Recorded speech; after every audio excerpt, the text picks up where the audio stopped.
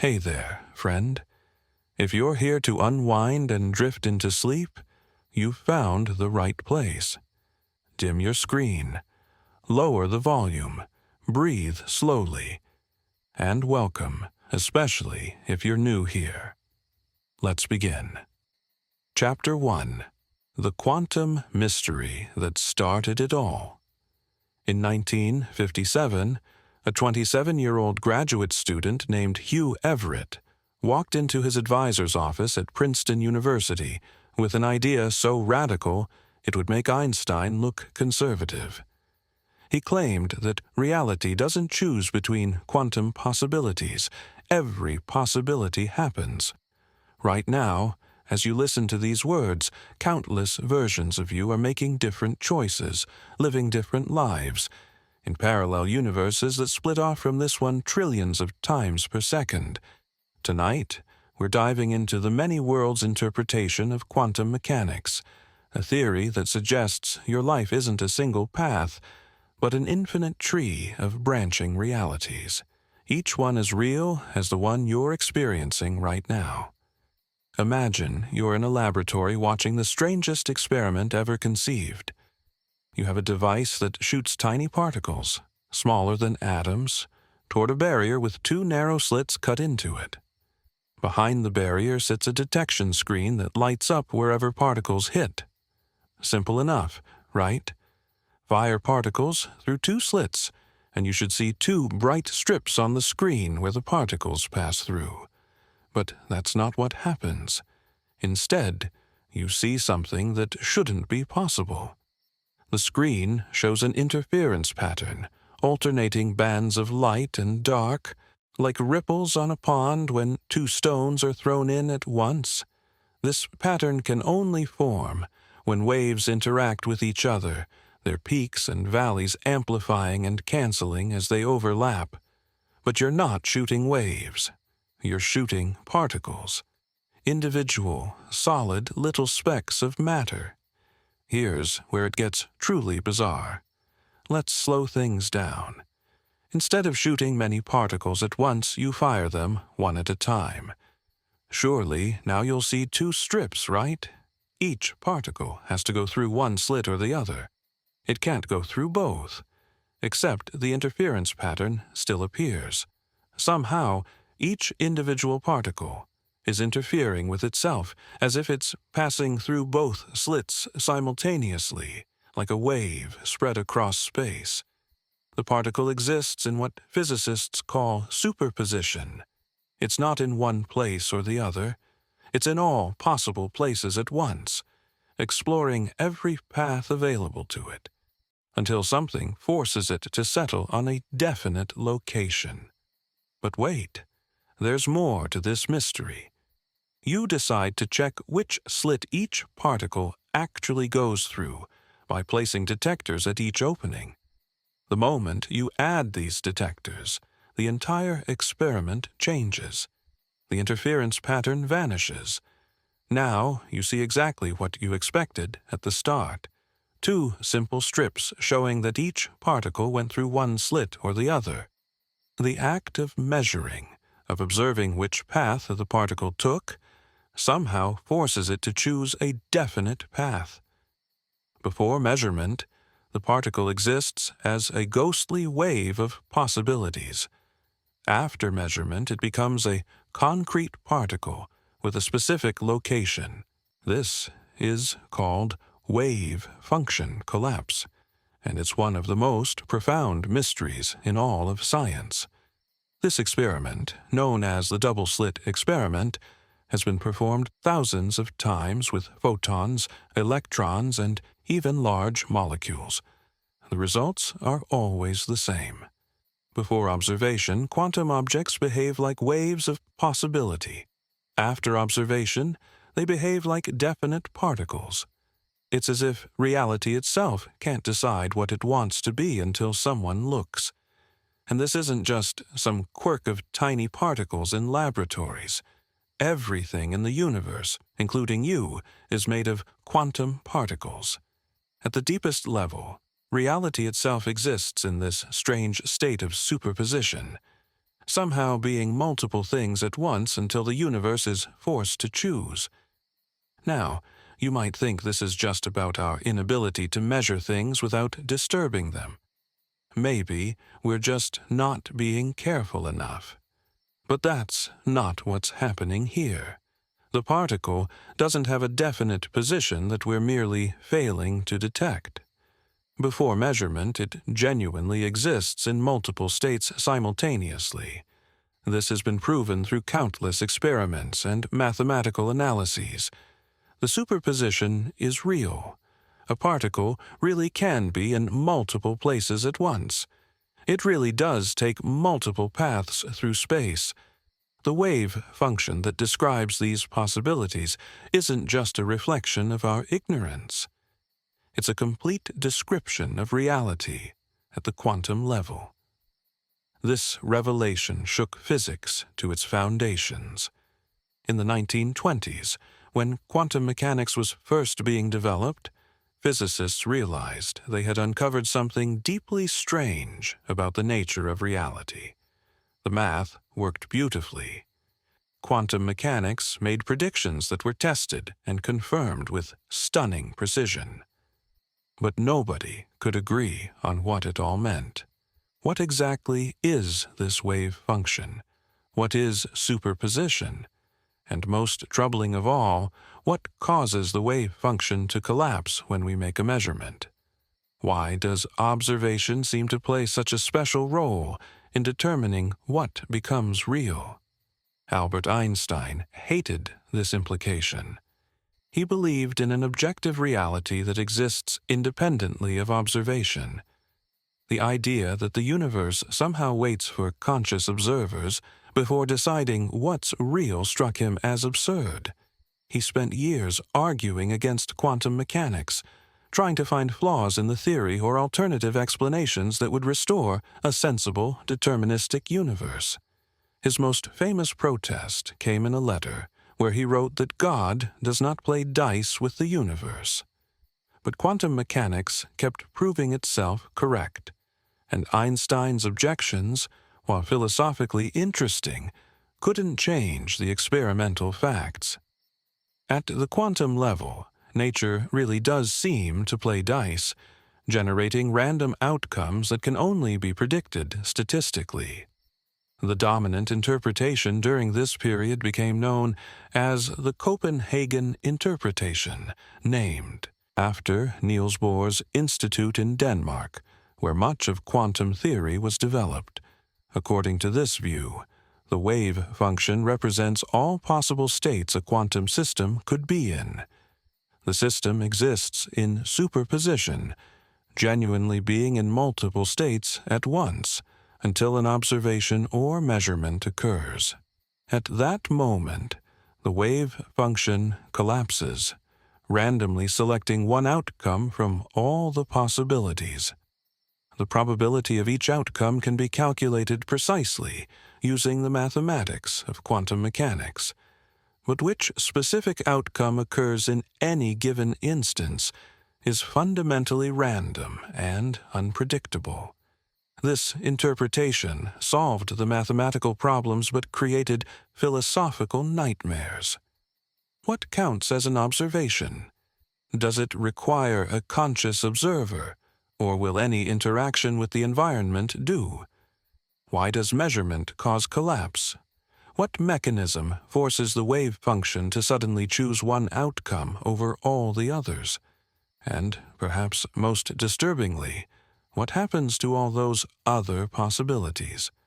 If a particle could have gone left or right, but the wave function collapses and we observe it going left, did the possibility of going right simply cease to exist? Was it never real in the first place? The Austrian physicist Erwin Schrödinger, who developed the fundamental equation describing how wave functions evolve over time, found the Copenhagen interpretation deeply unsatisfying.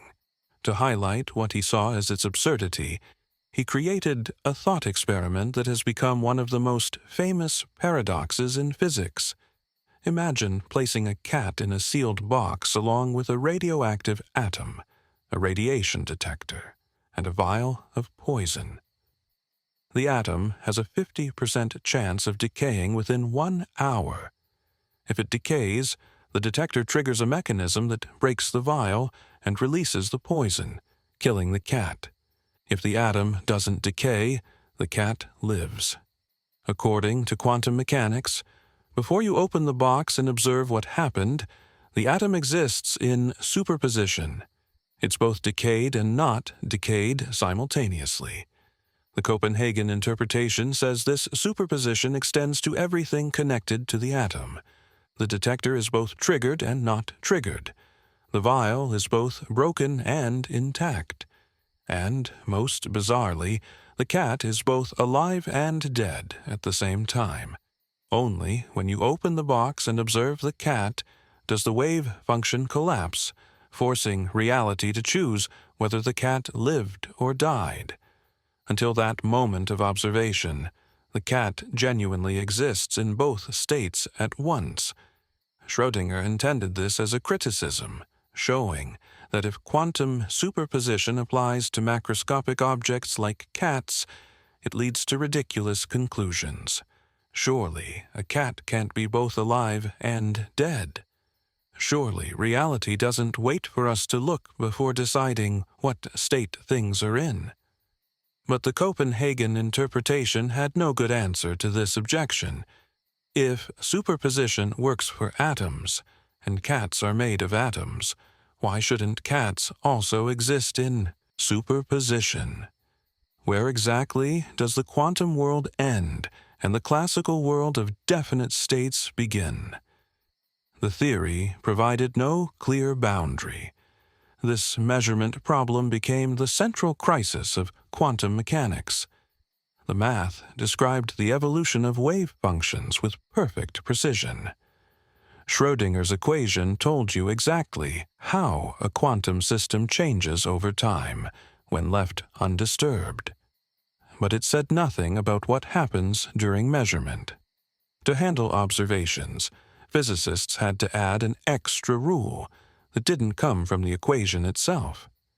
They had to say that sometimes, randomly and inexplicably, the smooth evolution of the wave function stops, and the system collapses into a definite state. This collapse process seemed to violate the very equations that described quantum behavior. It was an ugly patch on an otherwise elegant theory. Various physicists proposed different solutions. Some said consciousness causes collapse, that the wave function remains in superposition until a conscious mind observes the result. This made consciousness a fundamental part of physics, which seemed bizarre and unscientific. Others suggested that wave functions collapse due to gravitational effects, or when quantum systems become sufficiently complex, or when they interact with their environment in certain ways. But none of these proposals had solid mathematical foundations or experimental support. They were guesses, attempts to modify quantum mechanics to make it less philosophically troubling. The real problem was deeper than anyone wanted to admit. Quantum mechanics worked perfectly for predicting experimental results. It was the most successful scientific theory ever created, tested to incredible precision across countless experiments. But its implications for the nature of reality were so strange that physicists couldn't agree on what the theory was actually saying about the world. Was the wave function a real physical thing spread through space, or just a mathematical tool for calculating probabilities? Did particles have definite properties before measurement, or did observation literally bring those properties into existence? These weren't just philosophical puzzles. They were questions about what reality fundamentally is. By the 1950s, most physicists had adopted a pragmatic attitude. Shut up and calculate, as the saying went. The theory works. It makes predictions. Don't worry about what it means. Focus on solving problems and developing new applications. This approach was enormously productive. leading to technologies like transistors, lasers, and nuclear energy. But it left the foundational questions unanswered. Quantum mechanics remained a theory that nobody really understood, a mathematical recipe that generated correct answers while concealing deeper truths about the nature of existence. Think about what this means for the fundamental structure of reality.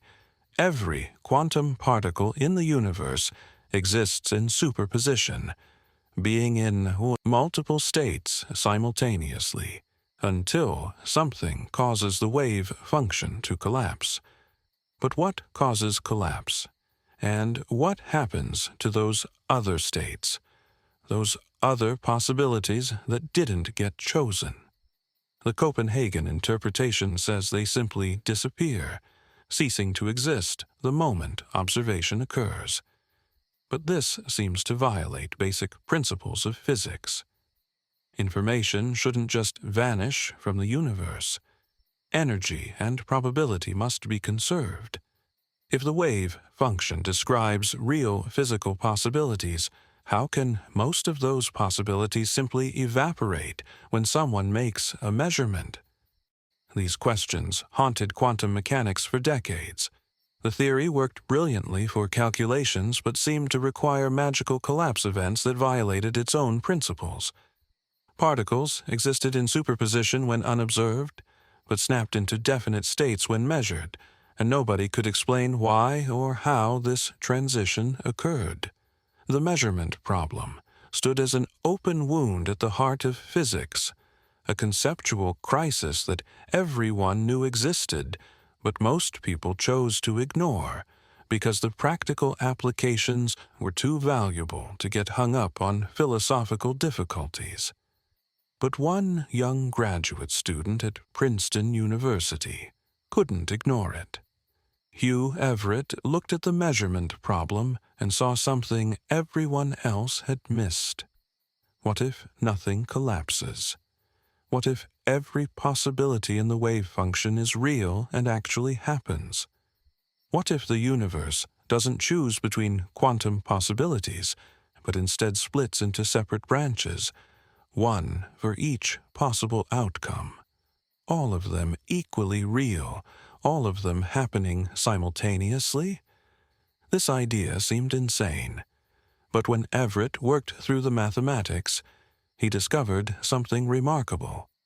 His interpretation not only solved the measurement problem, it made quantum mechanics simpler and more elegant than any other interpretation. The price was accepting something almost impossible to believe. The price was accepting that reality branches into parallel universes every time a quantum event occurs. And quantum events occur everywhere, constantly, trillions upon trillions of times every second. Chapter 2. Hugh Everett's Revolutionary Idea. Hugh Everett III was born in 1930 in Washington, D.C., the son of a military officer who would eventually become a lieutenant colonel in the Army Corps of Engineers. From an early age, Everett displayed an unusual aptitude for mathematics and logical reasoning, the kind of mind that could see patterns where others saw only confusion. He earned his undergraduate degree in chemical engineering from Catholic University, but his true passion was theoretical physics and mathematics. In 1953, he entered the graduate program at Princeton University, one of the world's premier institutions for physics research, home to Albert Einstein during his final years, and a gathering place for the brightest minds exploring the mysteries of quantum mechanics. Princeton in the 1950s was an intellectually electric environment. The physics department buzzed with debates about the foundations of quantum theory, the nature of reality, and the puzzles that continued to perplex even the greatest physicists.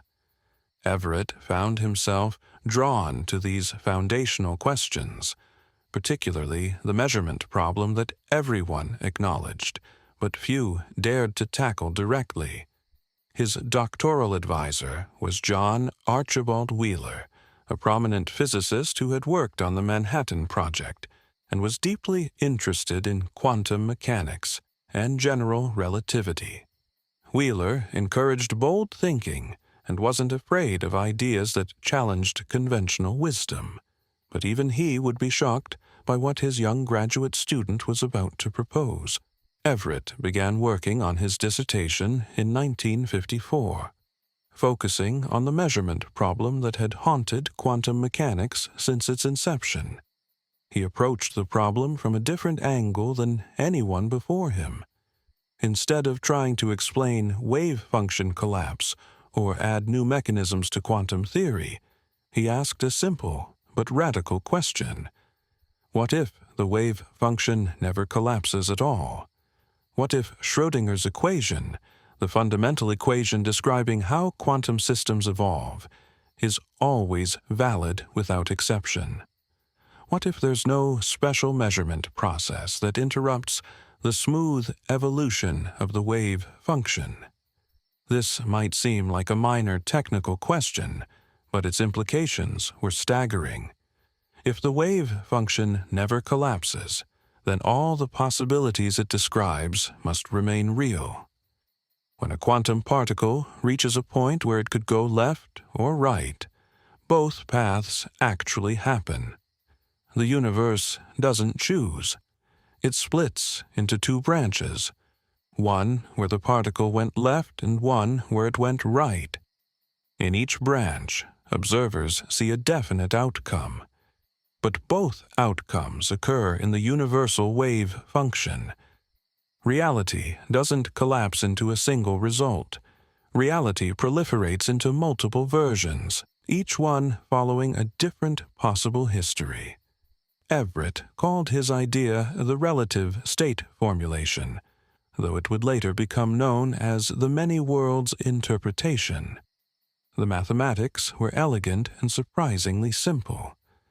He showed that if you apply quantum mechanics consistently to everything, including measuring devices and observers themselves, you don't need to add any special collapse postulate. The appearance of definite measurement results emerges naturally from the quantum mechanics of the entire system. When an observer measures a particle that's in superposition, the observer becomes entangled with the particle. The observer enters superposition too, existing in multiple states corresponding to different measurement outcomes. Here's how it works in practice. Before measurement, the particle exists in superposition, being in multiple states at once. The observer, with their measuring device, exists in a definite, ready-to-measure state. When the measurement occurs, the quantum states of the particle and observer become correlated through entanglement. The combined system enters a superposition where different versions of the observer see different measurement results. In one branch of the superposition, the observer sees the particle spin up. In another branch, the observer sees the particle spin down. Both branches are equally real. Both exist in the universal wave function, but each version of the observer is only aware of their own branch. This resolves the measurement problem completely. There's no mysterious collapse process that violates the laws of quantum mechanics. There's no special role for consciousness or observation. There's no arbitrary boundary between the quantum world of superposition and the classical world of definite states. Everything follows Schrödinger's equation always. The appearance of definite outcomes is explained by the branching of reality into multiple coexisting versions, each containing observers who see one particular result and are unaware of the other branches. The beauty of Everett's interpretation lies in its simplicity and consistency. Copenhagen interpretation requires two sets of rules, one for how systems evolve when unobserved, and another for what happens during measurement. Everett's interpretation requires only one rule. Schrödinger's equation applies universally, without exception, to everything in the universe, including observers and measuring devices. The branching of reality isn't something added to quantum mechanics. It's already there in the mathematics, inherent in how superposition and entanglement work. Everett simply took quantum mechanics seriously and followed its implications to their logical conclusion. But accepting these implications required believing something almost incomprehensible. It meant accepting that every quantum event causes the universe to split into multiple branches. A single radioactive atom has some probability of decaying each second. In Everett's interpretation, it both decays and doesn't decay. Reality branches into versions where the atom decayed and versions where it didn't. This happens for every quantum event everywhere in the universe, constantly, trillions upon trillions of times each second. Every photon that hits your eye and could bounce in multiple directions creates branches. Every chemical reaction in your brain that depends on quantum processes creates branches. The universe is constantly splitting into an incomprehensibly vast number of parallel realities. And it's not just the physical universe that branches. You branch too. In each branch, there's a version of you that experienced one particular outcome. Right now, countless quantum events are occurring in your brain and body. Each one that could go multiple ways creates branches where different versions of you experienced different outcomes. Most of these differences are tiny and unnoticeable. Slight variations in which neurons fired or which chemical reactions occurred, but they accumulate over time, and occasionally a quantum event has macroscopic consequences that lead to very different life paths across different branches. Everett completed his dissertation in 1956 and submitted it to Wheeler in March of 1957. The original version, later published as the long thesis, was over 130 pages of dense mathematical reasoning and philosophical discussion. Wheeler recognized the brilliance of the work, but was deeply troubled by its implications. He worried about how other physicists would react to such a radical departure from conventional thinking. More troubling still, he knew they would need the endorsement of Niels Bohr, the father of the Copenhagen interpretation, and perhaps the most influential living physicist. Wheeler arranged for Everett to visit Copenhagen in the summer of 1957 to present his ideas to Bohr and his colleagues. This meeting was a disaster. Bohr, now in his 70s, and accustomed to his interpretation being accepted as definitive, showed no interest in reconsidering the foundations of quantum mechanics. He dismissed Everett's ideas quickly, seeing no reason to abandon the Copenhagen interpretation that had served physics well for decades. Bohr's associates were equally dismissive, some treating the young American graduate student with barely concealed contempt. The suggestion that reality literally splits into multiple branches struck them as science fiction, not serious physics. Everett returned to Princeton disappointed but not defeated. However, Wheeler, concerned about his own reputation and his students' career prospects, insisted on significant revisions to the dissertation. The final published version, approved in April of 1957, was drastically shortened to just 31 pages, with most of the philosophical discussion removed. Wheeler hoped this more technical version would be less controversial, but even in this compressed form, the radical nature of Everett's proposal was clear. The theory of the universal wave function, as the shortened version was titled, still claimed that reality branches into multiple histories, and that all branches are equally real. Everett received his doctorate in 1957 at the age of 27. but his experience in Copenhagen and the reception of his ideas left him disillusioned with academic physics. Rather than pursuing a career in theoretical research, he took a position at the Pentagon's Weapons Systems Evaluation Group, where he applied mathematics and game theory to military strategy and operations research. He spent the rest of his career working on defense projects, nuclear weapons targeting strategies, and early computer modeling. He rarely discussed his interpretation of quantum mechanics and published only one more paper on the subject in 1959 before abandoning physics entirely. For more than a decade, Everett's many-worlds interpretation languished in obscurity. Most physicists ignored it or dismissed it as too bizarre to take seriously.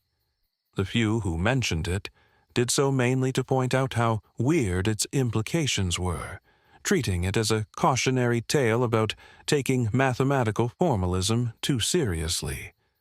The Copenhagen interpretation remained dominant, and the pragmatic shut-up-and-calculate attitude prevailed among working physicists. Why worry about philosophical puzzles when the theory makes accurate predictions and enables new technologies?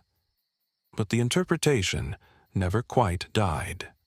A few physicists, particularly those interested in the foundations of quantum mechanics and the philosophy of physics, continued to think about Everett's ideas.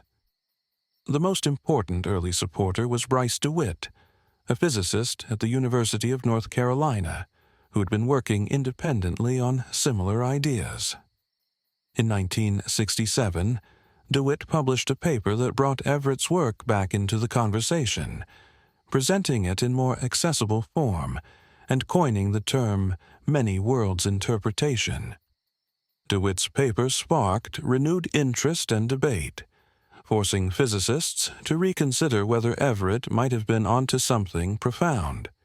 DeWitt helped organize a conference in 1969 where quantum foundations were discussed seriously, and many worlds received thoughtful consideration rather than immediate dismissal. Slowly, more physicists began to recognize that Everett had solved real problems with his interpretation. It eliminated the measurement problem by denying that measurements are special. It preserved unitarity, the principle that quantum information is never destroyed. It required no modifications to the basic equations of quantum mechanics, and it made quantum mechanics fully deterministic at the level of the universal wave function, with apparent randomness emerging only from the observer's limited perspective within a single branch. The interpretation gained further traction through the work of David Deutsch at Oxford University in the 1980s and 1990s. Deutsch showed that many worlds provides the natural framework for understanding quantum computation. Quantum computers work by putting qubits into superposition and performing calculations across all the superposed states simultaneously. In the many-worlds interpretation, this makes perfect sense. The quantum computer is literally performing parallel calculations in multiple branches of reality, then using interference effects to combine the results. This insight helped legitimize many worlds by showing it had practical applications in understanding emerging quantum technologies. What makes Everett's interpretation so mathematically elegant is that it achieves more with less. Most scientific theories require adding complexity to explain phenomena. Everett did the opposite. He removed something, the ad hoc collapse, postulate that Copenhagen interpretation required, and in doing so, resolved multiple problems simultaneously. This parsimony appeals to physicists who value theoretical elegance. Occam's razor suggests that simpler explanations are more likely to be correct, and many worlds is mathematically simpler than alternatives that require special collapse mechanisms. The interpretation also preserves determinism in a deeper sense. The universal wave function evolves according to Schrödinger's equation, which is completely deterministic. Given the state of the universal wave function at one time, the equation predicts its state at all future times with certainty. There's no randomness at this level. The branching happens deterministically according to the quantum dynamics of the system. What appears random to observers within individual branches is actually the deterministic splitting of reality into multiple branches corresponding to different outcomes. You feel like you randomly observed one result, but actually all results occurred, and multiple versions of you observed each one. This determinism at the universal level combined with apparent randomness at the individual level resolves a puzzle that troubled Einstein. He rejected quantum randomness because he believed in a deterministic universe. Many worlds gives him the determinism he wanted, but at a cosmic price. The universe is deterministic, but that determinism manifests through reality, splitting into every possible outcome rather than following a single predetermined path. It's not the kind of determinism Einstein envisioned, but it's determinism nonetheless. However, Everett's interpretation also creates new puzzles. If all branches are equally real, how do we make sense of quantum probabilities? Schrödinger's equation tells us that different outcomes have different probability amplitudes. In experiments, we observe some results more frequently than others, exactly as quantum mechanics predicts. But if all outcomes actually happen in different branches, why do we observe the statistics we do? Why does it feel like some outcomes are more probable than others if every outcome definitely occurs? This is called the probability problem or the preferred basis problem, and it remains an active area of research. Various physicists have proposed solutions. Deutsch showed how decision theory in a branching universe naturally leads to agents caring more about higher amplitude branches. Hilary Greaves and David Wallace have argued that probability in many worlds should be understood through self-locating uncertainty. Before a measurement, you don't know which branch you'll find yourself in, and rational credences about your future location should match the quantum amplitudes. These approaches show that probability can emerge from the branching structure, but the question isn't fully settled. Another challenge is explaining why we perceive definite outcomes rather than experiencing superposition. If quantum mechanics applies to everything, including our brains, why don't we feel like we're in multiple states at once? The answer involves decoherence, the process by which quantum systems become entangled with their environment in ways that suppress interference between different branches. Decoherence explains why we experience classical reality, despite living in a quantum universe. It shows why macroscopic objects, like cats and humans, appear to be in definite states, even though the underlying quantum description includes superposition of all possible states. Decoherence theory, developed primarily by Wojciech Zurek, Dieter Zeh, and others in the 1980s and 1990s, provides crucial support for many worlds. It shows that the branching isn't arbitrary or dependent on consciousness. Branches form naturally whenever a quantum system becomes sufficiently entangled with its environment.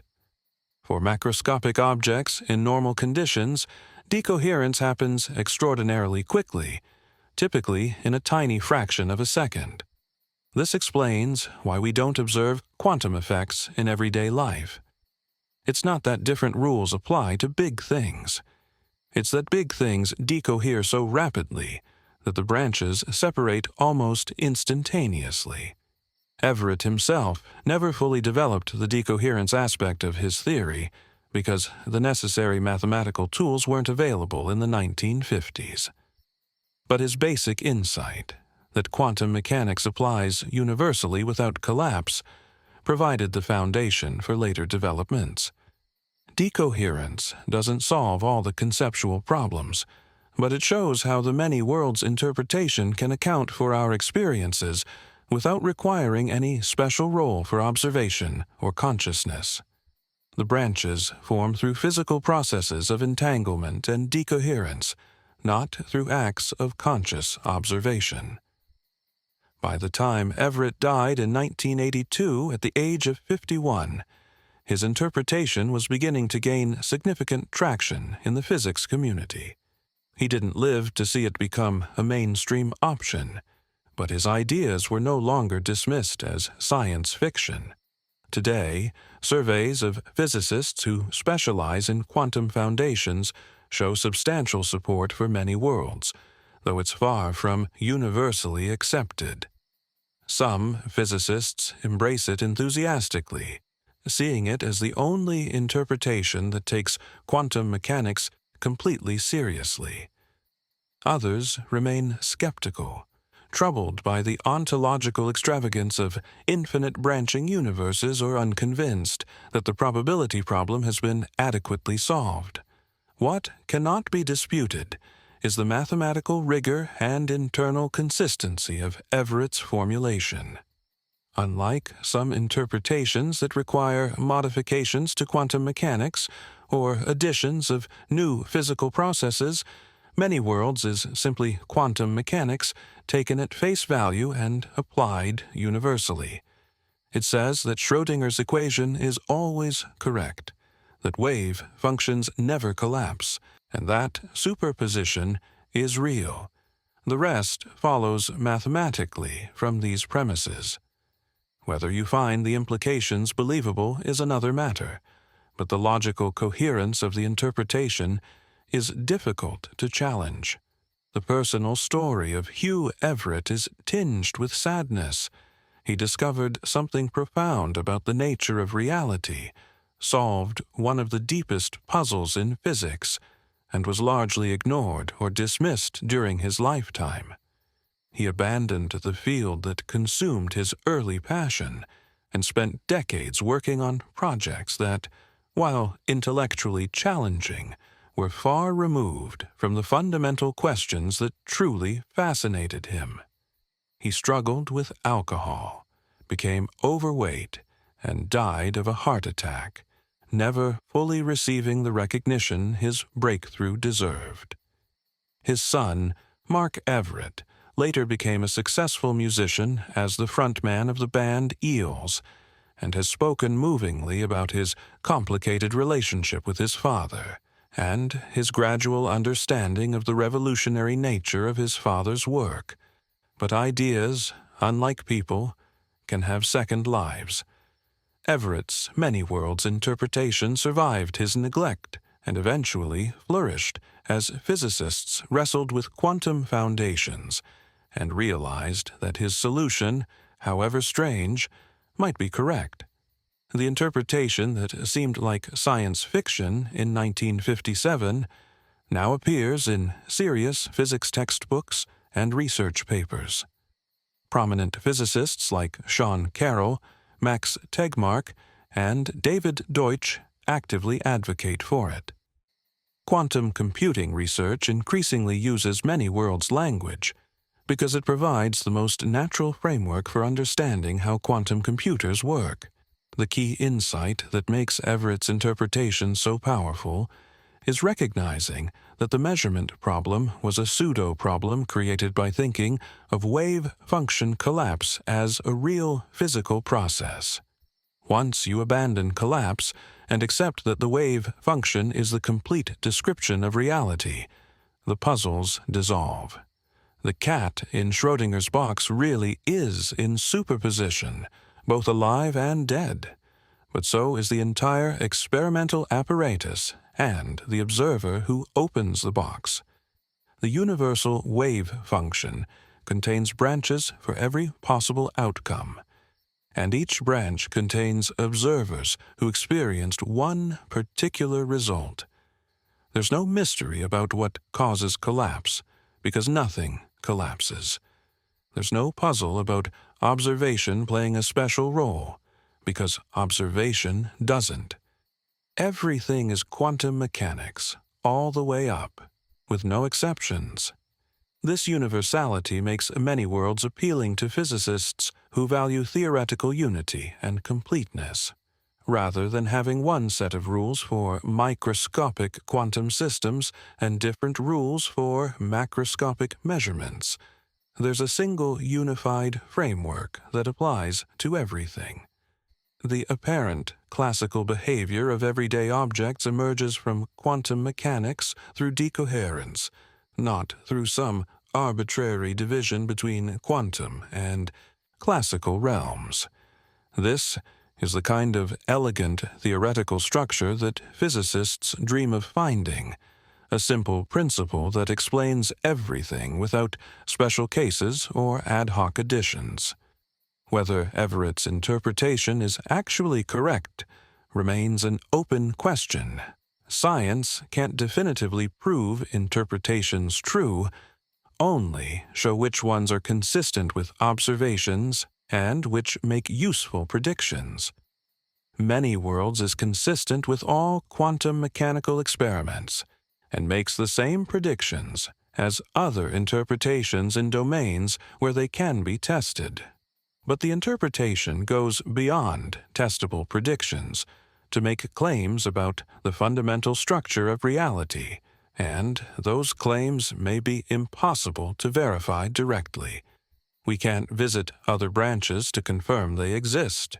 We can only reason about what quantum mechanics implies, if taken completely seriously.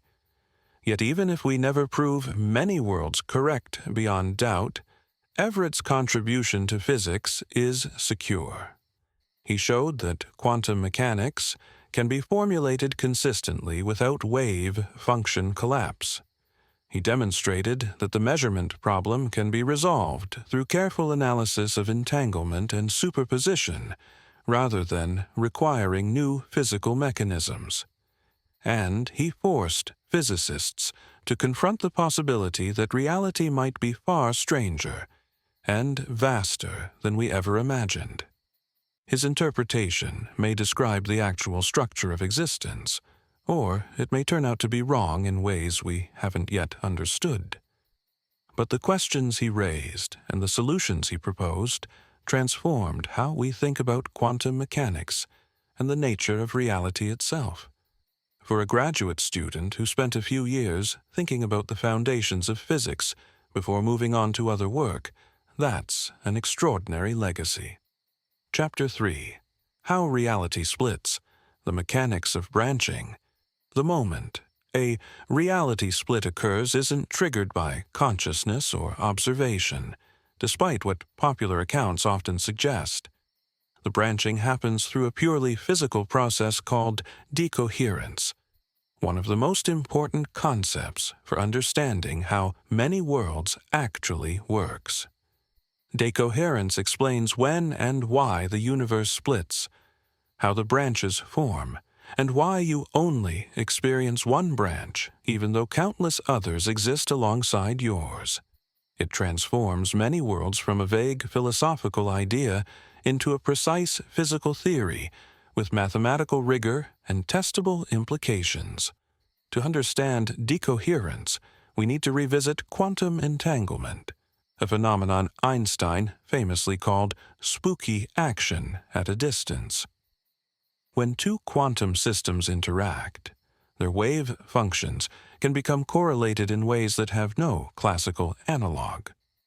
Once entangled, the particles don't have independent quantum states anymore. Instead, they share a joint state where measuring one particle instantly affects what you'll observe about the other, regardless of how far apart they are.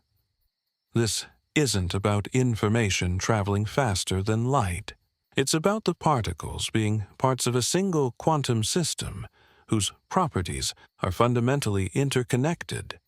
Now, imagine a quantum particle, perhaps an electron, existing in superposition between spin-up and spin-down. This electron exists in your laboratory surrounded by countless air molecules bouncing around, photons streaming through space, vibrations in the floor and walls, electromagnetic fields permeating everything. The electron doesn't exist in isolation. It constantly interacts with its environment, and each interaction creates entanglement between the electron and the environmental particles. The electron's quantum state becomes correlated with the states of nearby atoms, the photons that scatter off it, the fields that surround it. This entanglement with the environment has a profound effect. The different possible states of the electron, spin up and spin down, become entangled with different states of the environment. In branches where the electron is spin up, the environmental particles have one set of positions and momenta. In branches where the electron is spin down, those same particles have slightly different positions and momenta. The environmental states corresponding to spin up and spin down become orthogonal, meaning they're distinguishable in principle even if no conscious observer ever examines them. This is decoherence. The superposition hasn't disappeared, but the different components have become separated into distinct branches that can no longer interfere with each other. The crucial point is that decoherence happens incredibly quickly for macroscopic objects. A dust particle in air decoheres in less than a trillionth of a second. A large molecule decoheres almost instantaneously. Even carefully isolated quantum systems in sophisticated laboratory experiments decohere in microseconds or milliseconds, unless extraordinary measures are taken to shield them from environmental interactions. This is why we don't observe quantum superposition in everyday life. It's not that different rules apply to big objects. It's that big objects interact with so many environmental degrees of freedom that decoherence occurs faster than we can blink. Let's walk through what happens when you measure a quantum particle, say an electron, in superposition between two locations. Before measurement, the electron's wave function includes both locations with certain probability amplitudes. Your measuring device is a macroscopic object in a definite ready state, and you, the observer, are also in a definite state, about to look at the measurement result. When the measurement occurs, the electron interacts with the device. If the electron is at location A, it triggers the device to display result A. If, at location B, it triggers display B. But quantum mechanics says the electron is in superposition, so the interaction must preserve this superposition. The combined system of electron plus device enters a superposed state. 1. Branch has electron at A and device displaying A. Another branch has electron at B and device displaying B. These aren't separate physical objects yet. They're components of a single quantum state, terms in the mathematical description of the combined system. So far, we still have superposition, just involving more stuff than before. Now here's where decoherence becomes essential. The measuring device is a macroscopic object composed of countless particles. As soon as it displays a result, it starts interacting with its environment in ways that depend on which result it's displaying. Photons bounce off the display screen differently, depending on whether it shows A or B. Air molecules collide with it in slightly different ways. Vibrations propagate through the device differently. Within an incredibly short time, typically less than a billionth of a second, the environmental states corresponding to device, displays A and B, become completely distinct and orthogonal. Once this environmental entanglement occurs, the two branches can no longer interfere with each other quantum mechanically. Interference requires the different components of superposition to be able to affect each other, to combine in ways where their probability amplitudes can add or cancel. But once the environment has recorded which outcome occurred, in different ways for different branches, the branches have effectively split. They're still both part of the universal wave function, still described by quantum mechanics, but they've become separate worlds that evolve independently. When you look at the measurement device and see result A, you don't somehow cause branch B to disappear. Both branches exist, but you exist in superposition too now. There's a version of you that saw A and a version that saw B. Each version is entangled with the respective branch of the environment. The version of you that saw A cannot interact with or become aware of the version that saw B because the environmental states have become orthogonal. You've branched along with the rest of reality, and each version of you only experiences their own branch. This process doesn't require consciousness or observation in any special sense. The branching occurs through physical entanglement between quantum systems and their environments. A measuring device is just a particularly convenient environmental system that creates a readable record of the quantum event. But branching happens constantly, everywhere, whenever quantum systems interact with their surroundings in ways that create entanglement between different components of superposition.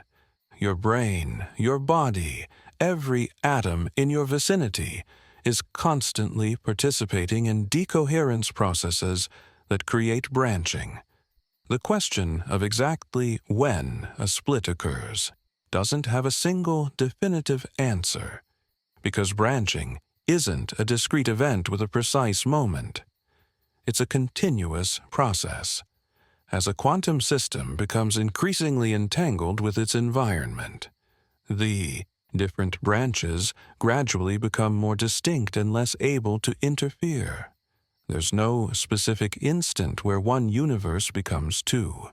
Instead, there's a smooth transition where what was a single coherent superposition gradually separates into effectively independent branches. For practical purposes, we can say the split is complete once the environmental entanglement is sufficient, that interference between branches is negligible, which for macroscopic systems happens in femtoseconds to picoseconds. The number of branches this creates is staggering beyond comprehension. Every quantum event that can have multiple outcomes creates branching. An atom absorbs or doesn't absorb a photon. A radioactive nucleus decays or doesn't decay. An electron in your retina gets excited by an incoming photon or doesn't. Each quantum interaction throughout the entire universe that involves systems in superposition creates additional branching. In your body alone, countless quantum events occur every nanosecond. Chemical reactions depend on quantum tunneling probabilities. Neural signals involve quantum processes. The position and momentum of every particle fluctuates quantum mechanically. Cosmologists estimate there are about 10 to the 80 atoms in the observable universe. Each atom undergoes quantum interactions constantly, even if we conservatively assume each atom only participates in one branching event per second, which vastly underestimates the actual rate. That's 10 to the 80 branches forming every second. The actual number is incomprehensibly larger, because quantum interactions happen on timescales of femtoseconds or faster, and each interaction potentially involves multiple particles. The branching structure of reality grows exponentially, doubling and doubling and doubling at rates that make the universe's expansion look slow by comparison. But here's something crucial to understand. The branching isn't completely chaotic or random in structure. Some branches are more similar to each other than to other branches. When an electron in your brain could be in position A or position B, and the difference is minuscule, the branches where it's at A versus B are nearly identical. You, in both branches, have essentially the same thoughts, memories, and experiences. The branches are distinct in principle, describable as separate terms in the wave function, but practically indistinguishable. Most branching creates clusters of extremely similar worlds, rather than wildly different alternatives. This clustering explains why the world seems classical and predictable, despite underlying quantum branching. The overwhelming majority of branches near your current branch look almost exactly like your current branch. Small quantum differences in particle positions usually don't affect macroscopic outcomes. An electron being slightly to the left or right in some atom in your fingernail doesn't change your life trajectory. So there are vast families of branches, perhaps infinitely many, that are nearly identical for all practical purposes. You exist in all of them, experiencing essentially the same reality.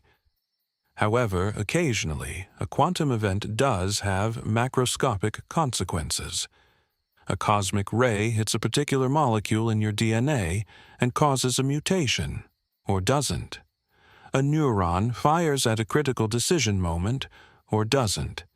These quantum events, amplified through chaotic dynamics of complex systems, can lead to dramatically different outcomes across branches. This is where the butterfly effect intersects with quantum branching. A tiny quantum difference, magnified through sensitive dependence on initial conditions, creates branches where your life follows substantially different paths. The role of probability amplitudes in this branching structure requires careful consideration. In quantum mechanics, each component of a superposition has an associated probability amplitude, a complex number whose squared magnitude gives the probability of observing that outcome. Different outcomes generally have different amplitudes. When you measure an electron's spin, maybe spin up has amplitude 0.6, and spin down has amplitude 0.8. Square these, and you get probabilities of 36% and 64% respectively. In many worlds, both outcomes definitely occur. There's a branch where the electron is spin up and a branch where it's spin down. Both branches are real. So what do the probabilities mean? This is one of the most subtle aspects of the interpretation. The probabilities don't tell you which outcome will occur, because all outcomes occur. Instead, they relate to something called the measure or weight of different branches. Branches with higher amplitude are in some sense more real or more significant than branches with lower amplitude, though exactly what this means remains philosophically contentious. One way to think about it uses the idea of self-locating uncertainty. Before the measurement, you don't know which branch you'll find yourself in. You know that branching will occur and there will be versions of you in different branches, seeing different outcomes.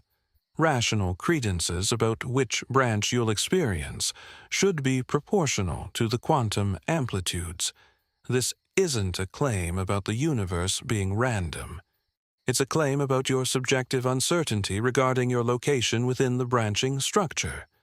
Both versions of you exist, but you should expect to find yourself in higher amplitude branches more often, in some sense, because those branches have greater measure. Another perspective comes from decision theory. If you're about to undergo a quantum measurement that will have consequences for your future welfare, and you care about all the versions of you that will exist, after branching, you should weight your concern for different branches according to their amplitudes. This makes sense if branches with higher amplitude are more significant or contain more of your future existence in some weighted sense. David Deutsch has argued that quantum probability emerges naturally from rational decision-making in a branching universe, where agents care about all their future branches proportionally to branch measure. The mathematics of decoherence provides more precise statements about how branching occurs and which branches form. The technical framework involves density matrices, pointer states, and Ein-selection, which stands for environment-induced superselection. The environment effectively selects which basis states are stable and which decohere rapidly. For a simple particle, position states typically decohere very quickly, while momentum states can remain coherent longer, or vice versa, depending on the environment. This explains why we see objects with definite positions rather than definite momenta in everyday life.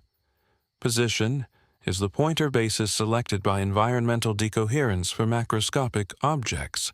Wojciech Zurek, one of the pioneers of decoherence theory, emphasizes that the environment acts as a witness that continuously monitors quantum systems. Even when no conscious observer is present, the environment is recording which outcome occurred through the patterns of entanglement it develops. This environmental monitoring is what makes the branches effectively classical and prevents interference between them.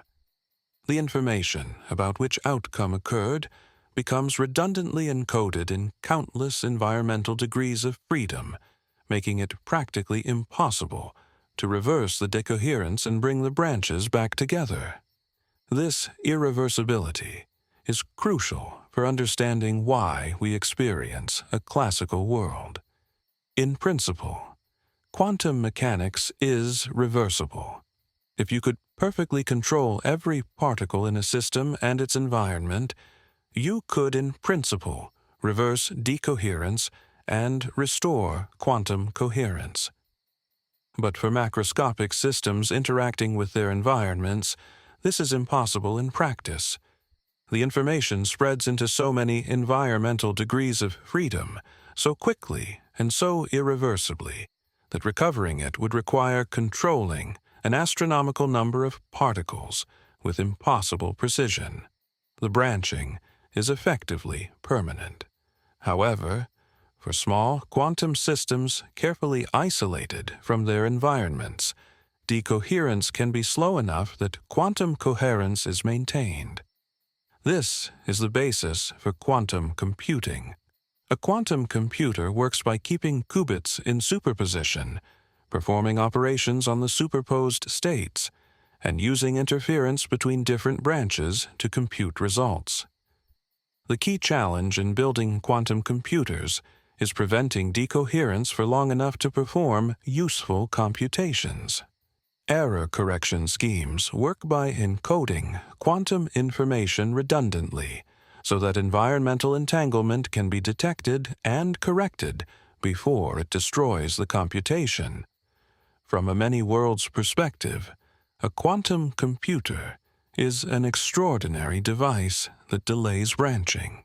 The qubits exist in superposition across multiple branches that remain coherent and able to interfere with each other.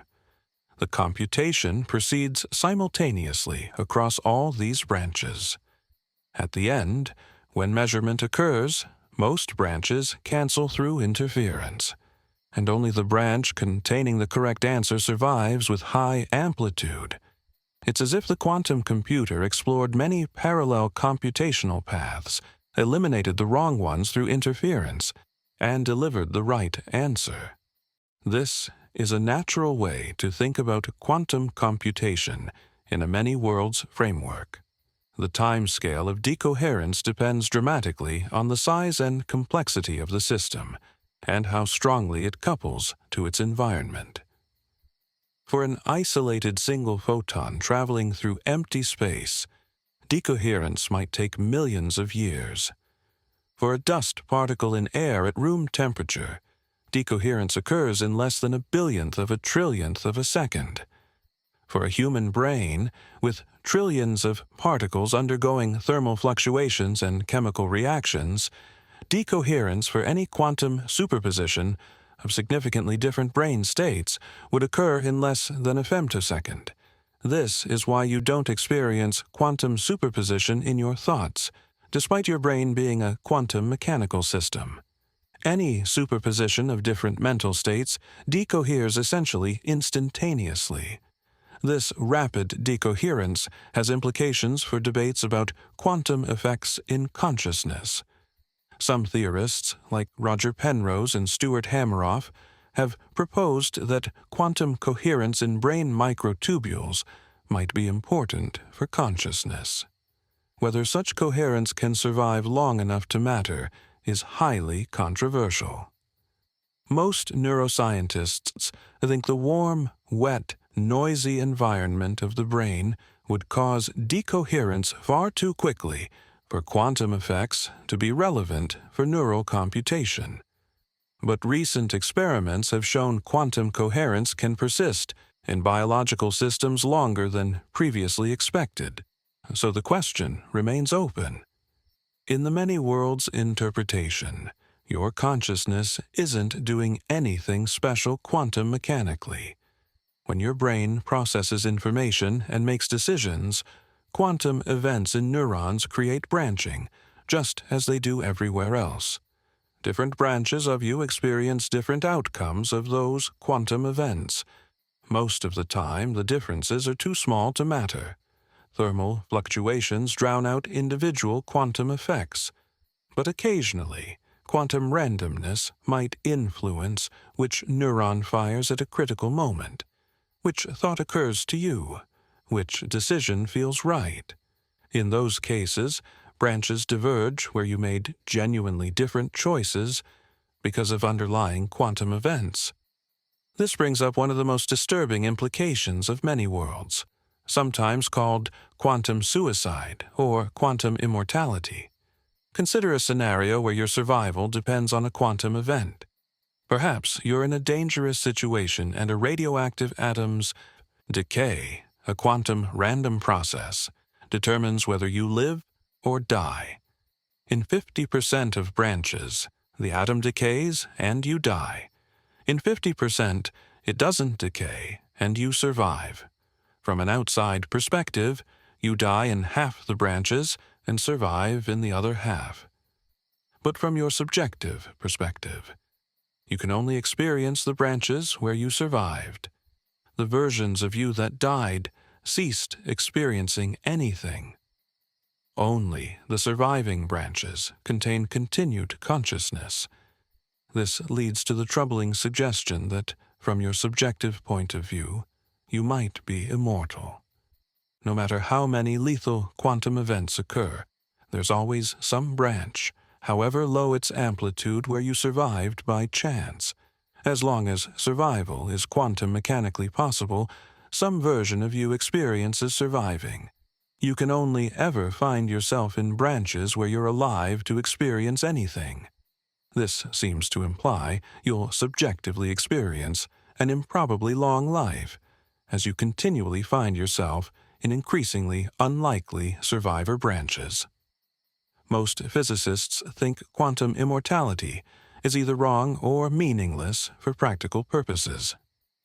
The branches where you survive improbable events have extremely low amplitude, so they're less real or less significant in some sense. Moreover, quantum randomness probably doesn't dominate the causes of death for most people. But the thought experiment highlights how many worlds forces us to think carefully about probability and subjective experience in a branching universe. Your future isn't a single path, but a branching tree, and you'll find yourself somewhere in that tree, but not uniformly across all branches. The structure of the branching creates what we might call the shape of reality.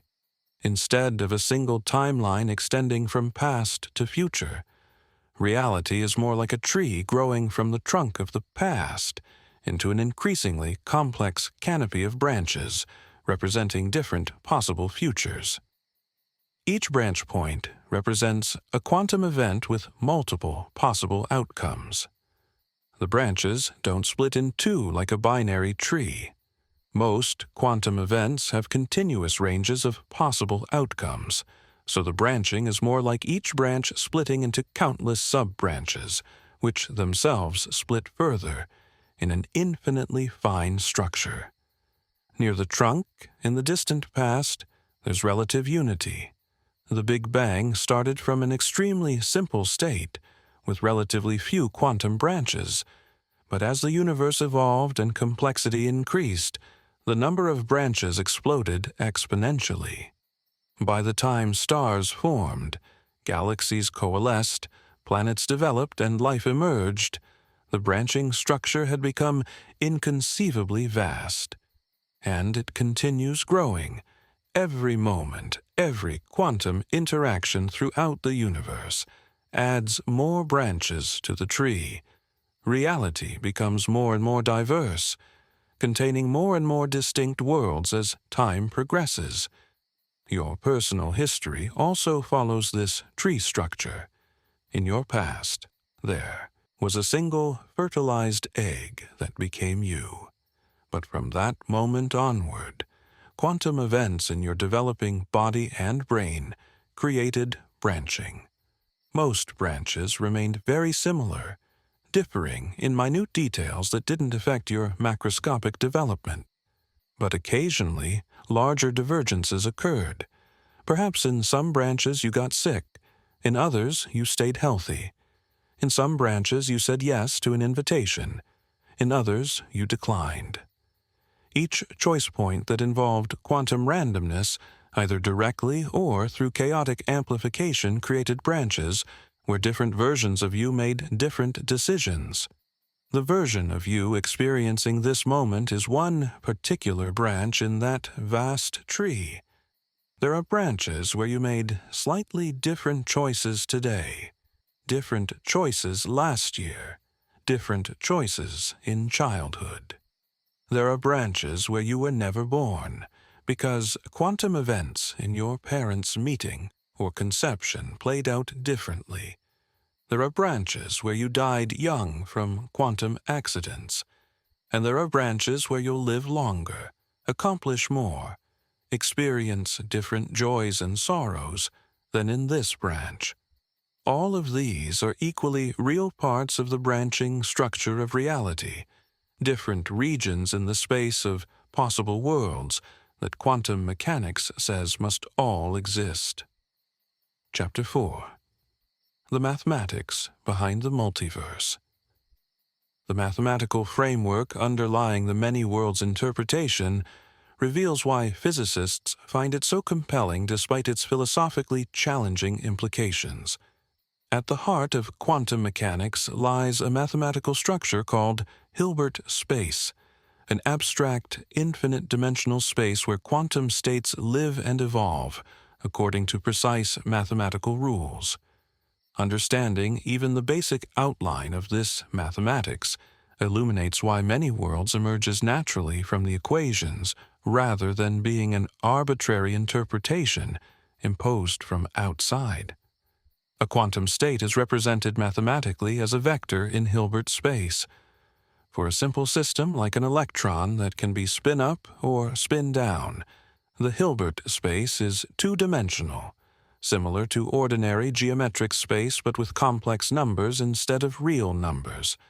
The electron's quantum state is a vector that can point in any direction in this space, not just straight up or straight down. A vector pointing up represents spin up with certainty. A vector pointing down represents spin down with certainty. But vectors pointing in other directions represent superpositions, states where the electron is neither definitely up nor definitely down, but in a combination of both possibilities simultaneously. The mathematics describes precisely how these superposition states behave. If you measure the spin of an electron in a superposition state, you'll definitely get either spin up or spin down, never something in between. But before measurement, the electron genuinely exists in both states at once, in a specific proportion determined by the direction of its state vector in Hilbert space. The probability of measuring spin-up equals the squared length of the component of the state vector pointing in the up direction. The probability of measuring spin-down equals the squared length of the component pointing down. These squared lengths, called probability amplitudes, always sum to 1, ensuring the total probability is 100%. For more complex systems, the Hilbert space has more dimensions. An electron that can be at position A or position B has a two-dimensional space. An electron that can be at many different positions has a Hilbert space, with a dimension equal to the number of possible positions, potentially infinite. When you combine systems, their Hilbert spaces multiply. A system of 2 electrons has a Hilbert space that's the product of the individual electron spaces, giving exponentially more dimensions. A system of 3 particles has even more dimensions. A macroscopic object with trillions of particles has a Hilbert space of staggering dimensionality, far beyond anything we can visualize geometrically, but perfectly well-defined mathematically. The fundamental equation governing quantum evolution is the Schrödinger equation, discovered in 1926. This equation describes how quantum state vectors change over time. It's deterministic in the same sense that Newton's laws are deterministic. Given the state of a quantum system at one moment and the forces acting on it, the Schrödinger equation predicts the state at all future times with complete certainty. There's no randomness in how the wave function evolves when the system isn't being measured. The quantum state flows smoothly through Hilbert space, along a path determined by the system's energy and interactions. Here's where the interpretation question becomes crucial. The mathematics tells us unambiguously how the quantum state evolves. But what is this quantum state? Is it a real physical thing, a kind of wave spread through space? Or is it merely a mathematical tool for calculating probabilities of measurements? Different interpretations answer these questions differently, and the mathematics alone doesn't tell us which answer is correct. The equations work perfectly either way. The Copenhagen interpretation says the quantum state is just a catalog of probabilities. It doesn't represent a real physical object, but rather our knowledge about what we'll observe when we measure the system. In this view, the wave function isn't something that exists in physical space. It's an abstract mathematical object in Hilbert space that we use to calculate odds. When measurement occurs, the wave function collapses, randomly selecting one outcome and updating the probabilities to reflect our new knowledge. But this collapse isn't described by the Schrödinger equation. It's an additional postulate that has to be added to the theory to account for measurements. The many worlds interpretation takes the opposite approach. It says the quantum state is completely real. The wave function is the most fundamental description of physical reality. It's not just a probability calculator, but the actual stuff the universe is made of. And the Schrödinger equation is always valid, without exception. There's no collapse, no special measurement process, no divide between quantum and classical physics. Everything is quantum mechanics all the way up. What we experience as reality is a particular component of this universal wave function, one branch among countless others. When superposition evolves into entanglement with the environment and decoherence occurs, the branches separate into effectively independent worlds, each described by one component of the overall quantum state.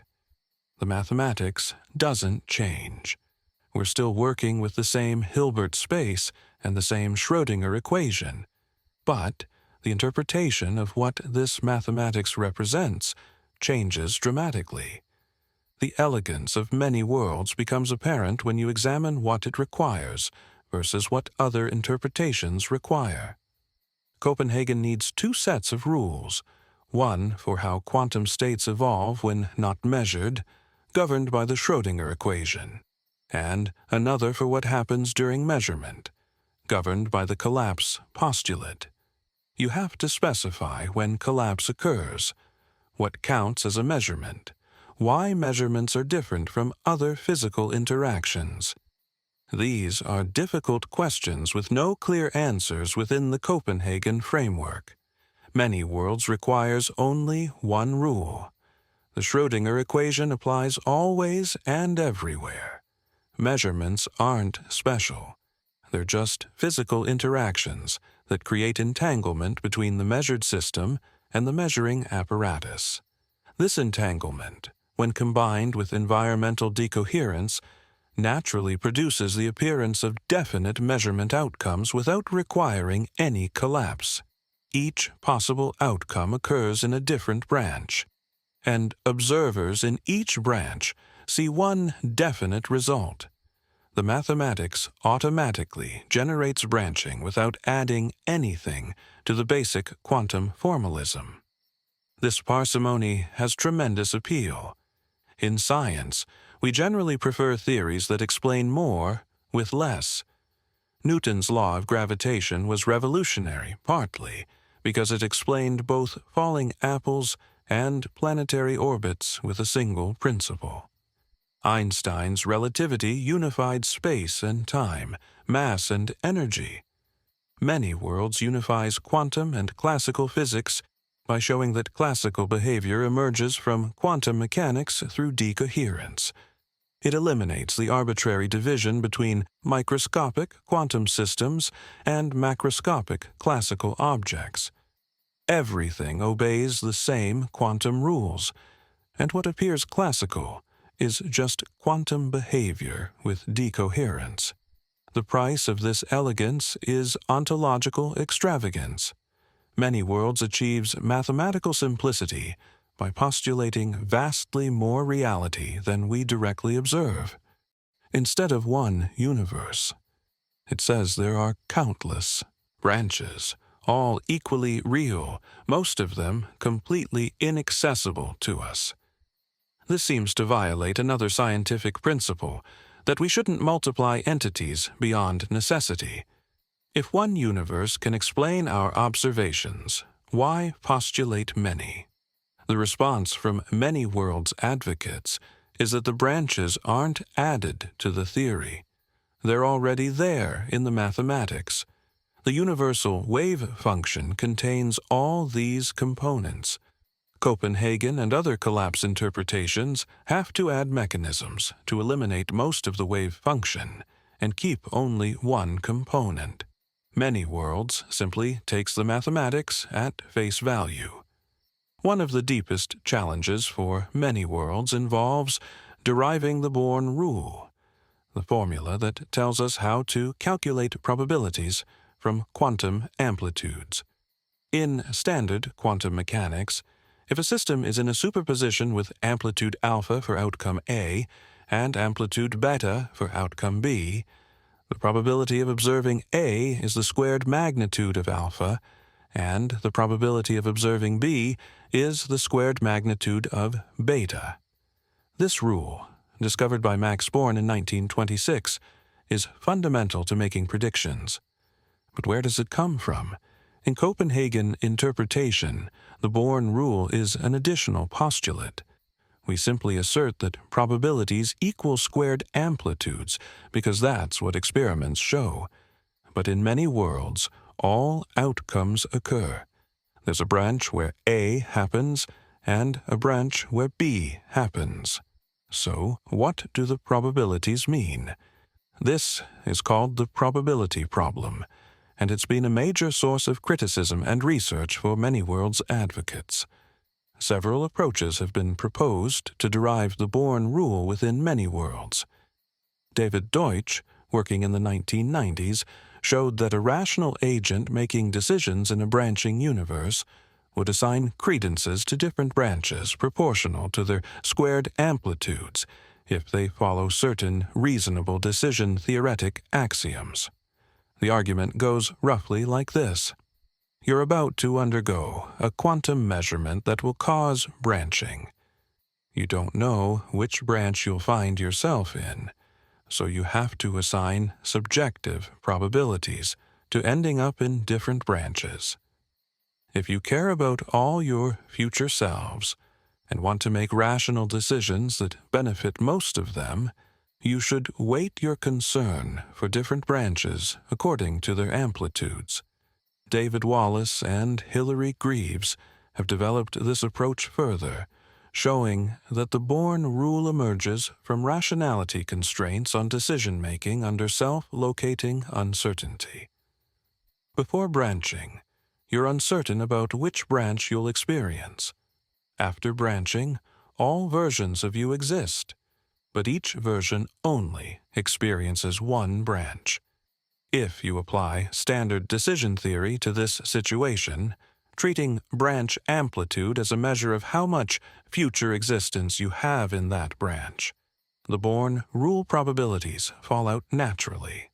This approach doesn't satisfy everyone.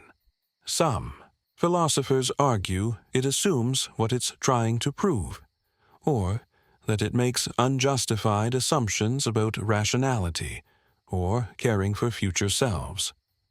The debate continues in technical papers exploring the foundations of probability in many worlds.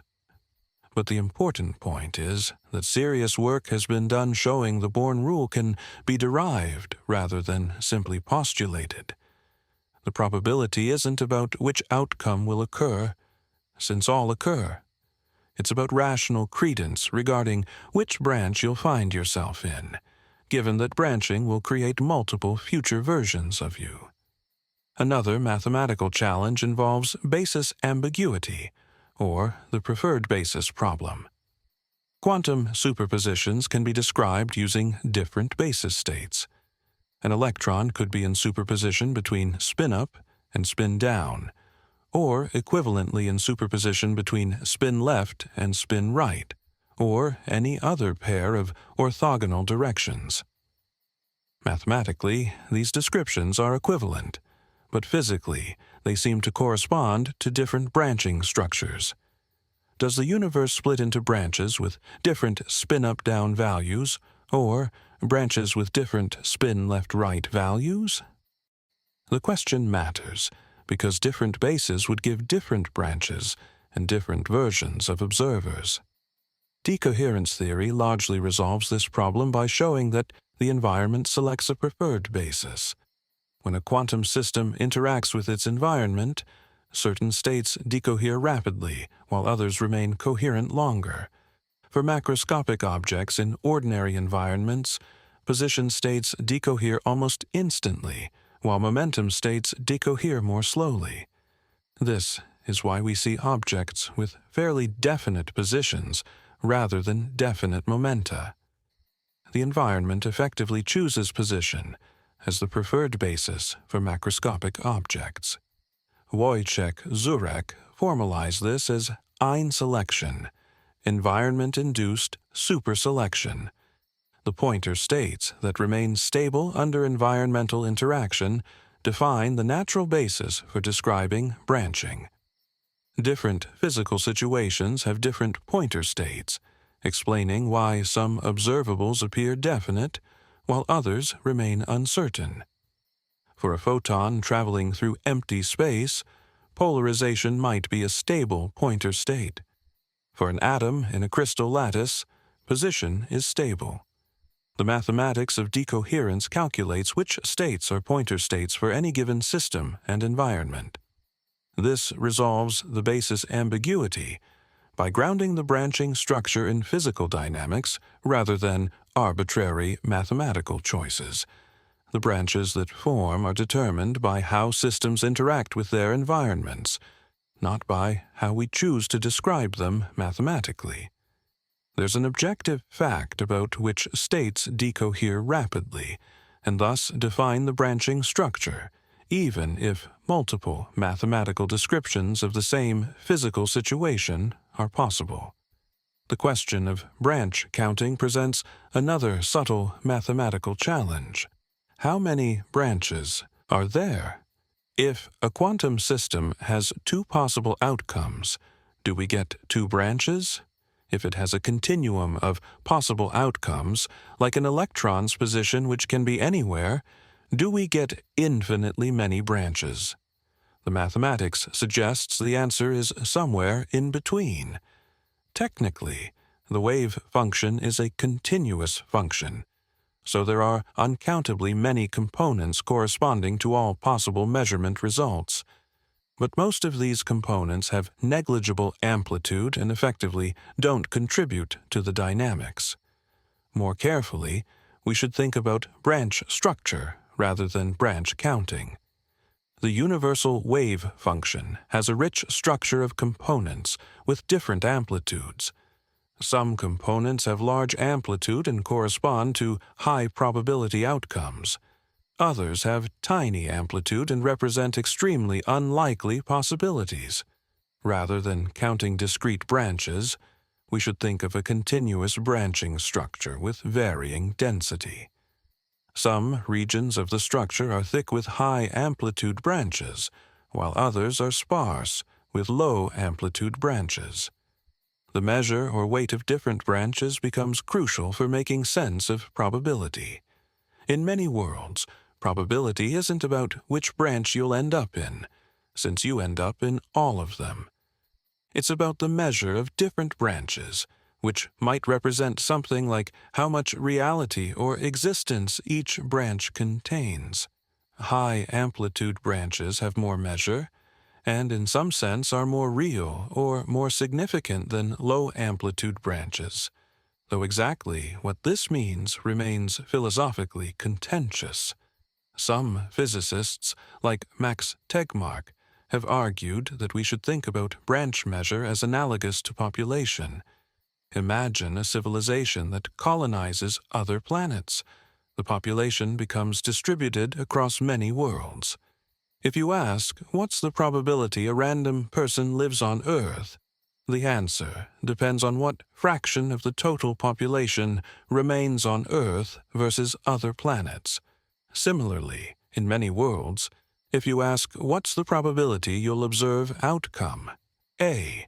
The answer might be the fraction of your future measure that ends up in branches where A occurred. This analogy isn't perfect, because you don't literally divide into pieces with some fraction going to each branch. All of you goes to all branches, in the sense that complete versions of you exist in each. But the analogy captures something about how probability might emerge from branching structure. Your subjective uncertainty about which branch you'll experience correlates with the measure of different branches. And rational credences should be proportional to branch measure, which in turn is determined by squared quantum amplitudes. The mathematics also reveals that many worlds is deterministic at the level of the universal wave function, even though it appears random to individual observers. The Schrödinger equation is deterministic. Given the universal wave function at one time, the equation predicts it at all future times without any randomness or probability. The branching happens deterministically according to the quantum dynamics. What appears random is which branch a particular observer finds themselves experiencing. But this is subjective uncertainty about self-location within a deterministic branching structure, not objective randomness in how reality evolves. This determinism appealed to Einstein and others who were troubled by quantum randomness. Many worlds gives them the deterministic universe they wanted, just not in the form they expected. The universe doesn't follow a single deterministic path. Instead, it follows a deterministic branching path that includes all possible outcomes. At each point where classical physics would see a random event, Many worlds sees deterministic splitting into multiple branches, one for each possible outcome. The randomness we experience is an artifact of our limited perspective within a single branch, not a fundamental feature of reality. Quantum information theory provides another perspective on many worlds' mathematics. Information in quantum mechanics has special properties that don't exist classically. Quantum information can be in superposition, it can be entangled across separated systems, and it obeys constraints like the no-cloning theorem, which says you can't make perfect copies of unknown quantum states. These properties are central to quantum computing and quantum cryptography. In many worlds, information isn't destroyed when decoherence occurs. The universal wave function evolves unitarily, meaning it preserves information in a precise mathematical sense. What appears to be lost information, like which outcome occurred in a measurement, isn't actually lost. It's just distributed across branches in a way that makes it inaccessible from any single branch. Each branch contains partial information about the whole, but complete information requires the entire branching structure. This connects to the black hole information paradox that has troubled theoretical physicists for decades. When matter falls into a black hole, and then the black hole evaporates through Hawking radiation, what happens to the information that described that matter? Classical reasoning suggests it's destroyed, but quantum mechanics says information must be preserved. Many worlds might provide resolution by suggesting the information is preserved in the branching structure, distributed across different branches in ways we don't yet fully understand. The mathematical formalism of many worlds extends naturally to quantum field theory, the framework that describes particle physics and fundamental forces. In quantum field theory, particles aren't fundamental. Instead, we have quantum fields permeating all of space, and particles are excitations of these fields. The Schrödinger equation generalizes to the Schrödinger functional equation that describes how quantum field states evolve. Everything we've said about branching and decoherence applies to quantum fields, though the technical details are more complex. This means many worlds applies not just to particles in laboratories, but to the entire universe at its most fundamental level. Every quantum field everywhere is constantly in superposition and creating branching through decoherence when field excitations interact. The universe doesn't just branch when we do experiments. It branches continuously, everywhere, as quantum fields interact throughout space. The branching structure of reality is woven into the fabric of space-time itself at the quantum level. Some interpretations of quantum mechanics require modifications to the Schrödinger equation to account for collapse. Objective collapse theories like GRW, named after physicists Gherardi, Rimini, and Weber, propose that wave functions spontaneously collapse with tiny probability, even without measurement. For individual particles, collapse is so rare it's undetectable. But for macroscopic objects with many particles, the collapse rate adds up, causing rapid collapse and explaining why we don't see superposition at macroscopic scales. These theories modify quantum mechanics in measurable ways, and experiments have tested and constrained the proposed collapse parameters.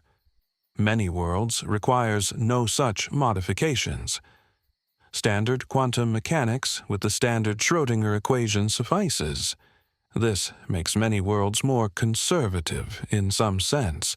It doesn't propose new physics beyond what experiments have already confirmed.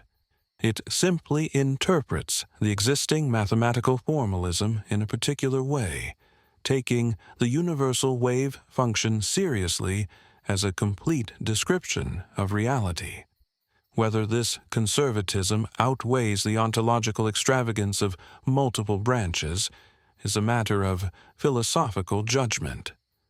The question of testability presents challenges for all quantum interpretations. By construction, different interpretations make the same predictions for all experiments we can actually perform. They agree on the probabilities for measurement outcomes because they're all interpretations of the same mathematical formalism. Where they differ is in claims about unmeasured systems and the nature of reality between measurements. These differences might be impossible to test empirically, making the choice between interpretations more philosophical than scientific. However, some physicists have proposed experiments that might distinguish interpretations. If consciousness plays a special role in causing collapse, as some versions of Copenhagen suggest, then interference experiments using conscious observers might behave differently than experiments using unconscious measuring devices. If objective collapse occurs as GRW proposes, then sufficiently sensitive experiments might detect the spontaneous collapse events and measure their rate. If many worlds is correct, then quantum computers should behave exactly as many worlds predicts, accessing computational resources from multiple branches. The mathematics of many worlds also connects to broader questions in physics and cosmology. Max Tegmark's mathematical universe hypothesis proposes that physical reality is mathematical structure. In this view, the universe isn't just described by mathematics, but is mathematics. The structures studied by physicists and mathematicians aren't approximate models of some underlying reality. They are reality. The quantum wave function isn't representing something else. It is the something else. This radical view treats many worlds as an example of how mathematical structure generates what we experience as physical existence. Cosmological applications of many worlds address the beginning and ultimate fate of the universe. In eternal inflation theory, quantum fluctuations in the early universe created different regions with different properties, potentially inflating into separate pocket universes. Combined with many worlds, this suggests an even vaster multiverse, where both quantum branching and cosmological inflation create endless varieties of universes with different laws and properties. Our observable universe would be one branch in one pocket universe in this inconceivably vast structure. The arrow of time presents another deep question where many worlds mathematics provides insight. Why does time flow in one direction? Why do we remember the past, but not the future? These questions relate to the second law of thermodynamics, which says entropy increases over time. But the fundamental laws of physics are time-symmetric. The Schrödinger equation works equally well forward and backward in time. So why does macroscopic reality have a preferred time direction? In many worlds, the branching structure itself might explain time's arrow. The universe branches from past to future, creating an asymmetric tree structure. We remember the past because our current brain state correlates with past events through decoherence. We don't remember the future because the branching hasn't occurred yet, and our future is spread across multiple branches, rather than concentrated in one. The thermodynamic arrow of time and the psychological arrow might both emerge from the branching structure of quantum reality. Chapter 5. Evidence and Scientific Support. The many worlds interpretation has moved from the fringe of physics to a position of serious consideration among researchers who study quantum foundations. Surveys of physicists specializing in quantum mechanics reveal surprising shifts in opinion over recent decades. A poll conducted at a Quantum Foundations conference in 1997 found that only about 8% of attendees favored many worlds. By 2011, another survey showed support had grown to around 18%. More recent informal polls suggest the number might now exceed 30% among physicists who actively research interpretational questions, though many worlds still trails the pragmatic instrumentalist view that we shouldn't worry about interpretation at all. These numbers understate the interpretation's influence because many physicists who don't explicitly endorse many worlds nevertheless use many worlds language and concepts in their work. Quantum computing researchers routinely describe their systems as exploring multiple computational paths simultaneously across different branches. Quantum cosmologists discussing the early universe often invoke branching scenarios. Even physicists who remain agnostic about interpretation find many worlds provides useful conceptual frameworks for understanding quantum phenomena. The interpretation has become part of the working vocabulary of quantum physics, even among those who haven't committed to believing it describes actual reality. The growing acceptance reflects several factors. First, the technical understanding of decoherence has matured dramatically since the 1980s. Early critics of many worlds pointed out that the interpretation couldn't explain why we observe definite outcomes rather than experiencing superposition. Decoherence theory answered this objection by showing precisely how and why quantum superposition becomes effectively classical through environmental interaction.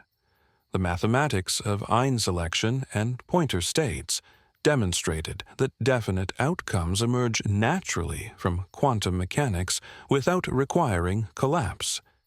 This removed one of the major theoretical obstacles to taking many worlds seriously. Second, quantum computing has provided a new context for thinking about superposition and branching. A quantum computer maintains qubits in superposition across multiple computational states and performs operations on all these states simultaneously. From a many worlds perspective, this is completely natural. The quantum computer is accessing computational resources from multiple branches that remain coherent enough to interfere with each other. When you finally measure the result, most branches cancel through interference, leaving primarily the branch containing the correct answer with high probability. This isn't just metaphorical language. It's a precise description of how quantum algorithms work mathematically. David Deutsch, one of the pioneers of quantum computing theory, has argued that quantum computers provide empirical evidence for many worlds. Consider Shor's algorithm for factoring large numbers, which quantum computers can execute exponentially faster than classical computers. Deutsch asks where the computation is happening. A classical computer with one processor performs one operation per clock cycle, but a quantum computer with just a few hundred qubits is performing operations on vastly more computational states than there are atoms in the observable universe. Where is all this computation occurring, if not in parallel branches of reality? The Copenhagen interpretation struggles to answer this question without invoking many worlds-like concepts under different names. The success of quantum technologies more broadly provides indirect support for taking quantum mechanics at face value. Quantum cryptography uses entanglement to create provably secure communication channels. Quantum sensors exploit superposition to achieve measurement precision beyond classical limits. Quantum simulators model complex quantum systems by implementing them directly in controllable quantum hardware. All these technologies work because quantum superposition and entanglement are real physical phenomena, not just mathematical artifacts or subjective knowledge states. Many worlds advocates argue that if we're building technologies based on superposition being real, we should accept the interpretational implications of that reality. Experimental tests of quantum mechanics continue to verify predictions with extraordinary precision and to rule out alternative theories. Bell's theorem, proved in 1964, showed that quantum mechanics violates certain inequalities that any local realistic theory must satisfy. Experiments testing Bell inequalities have consistently confirmed quantum predictions and ruled out local hidden variable theories that try to explain quantum phenomena through classical mechanisms, plus inaccessible information. These experiments don't prove many worlds specifically, but they constrain the space of possible interpretations and eliminate approaches that deny the reality of quantum superposition. The delayed choice quantum eraser experiments provide particularly striking demonstrations of quantum weirdness that many worlds handles naturally. In these experiments, you can apparently make a choice about how to measure a photon after it has already passed through a double-slit apparatus, and your choice retroactively determines whether the photon displayed wave-like or particle-like behavior. Copenhagen interpretation requires awkward explanations involving backwards-in-time influences. Many worlds explains it straightforwardly through branching and entanglement.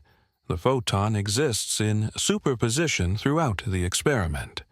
Your measurement choice determines which components of the superposition are revealed through interference, but nothing travels backward in time. Different branches are simply correlated in ways that seem paradoxical from a single-branch perspective. Quantum Darwinism, a framework developed by Wojciech Zurek and collaborators, extends decoherence theory to explain how classical objectivity emerges from quantum foundations. The key insight is that stable classical information becomes redundantly encoded in the environment through decoherence. When a quantum system interacts with its surroundings, information about the system's pointer states gets copied into many environmental degrees of freedom.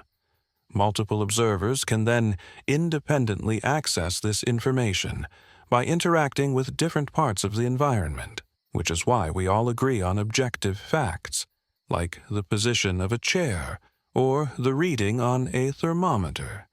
Quantum Darwinism fits naturally with many worlds. The redundant encoding of information through environmental entanglement is what creates stable branches. The fact that information spreads into many environmental channels is what makes decoherence effectively irreversible and prevents branches from recohering.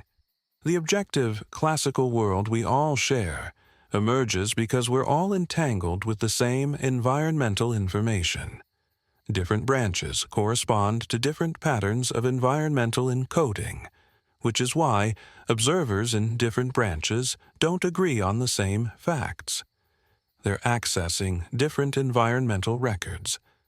The no-collapse interpretations, more generally, have been gaining ground as experimental techniques improve. Researchers can now maintain quantum coherence in larger and more complex systems than previously possible. Molecules with hundreds of atoms have been put into superposition and shown to interfere. Superconducting circuits containing billions of atoms display quantum behavior. The boundary between microscopic quantum and macroscopic classical keeps being pushed to larger scales, and nowhere has anyone observed the spontaneous collapse that some interpretations predict should occur. If collapse were a real physical process triggered by size or complexity or gravity, experiments should eventually detect it. Objective collapse theories like GRW and Penrose's gravitational collapse proposal make specific predictions about when and how rapidly collapse should occur. These predictions create experimental targets. So far, experiments have not detected spontaneous collapse and have ruled out some parameter ranges that GRW models proposed. This doesn't prove collapse never occurs, but it constrains when and how it could happen, and makes the no-collapse alternatives, like many worlds, more attractive. The consistency histories approach, developed by Roland Omnes, Robert Griffiths, and Murray Gell-Mann, provides another no-collapse framework that connects naturally to many worlds.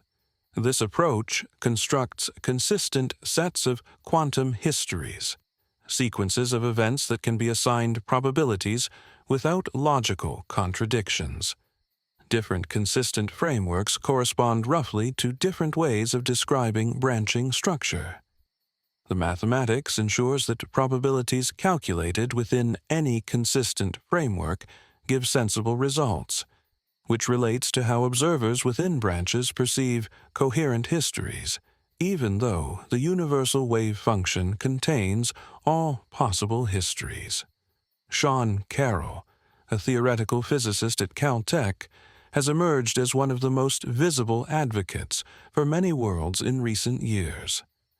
His popular science books and public lectures argue that many worlds should be the default interpretation unless compelling reasons emerge to prefer alternatives.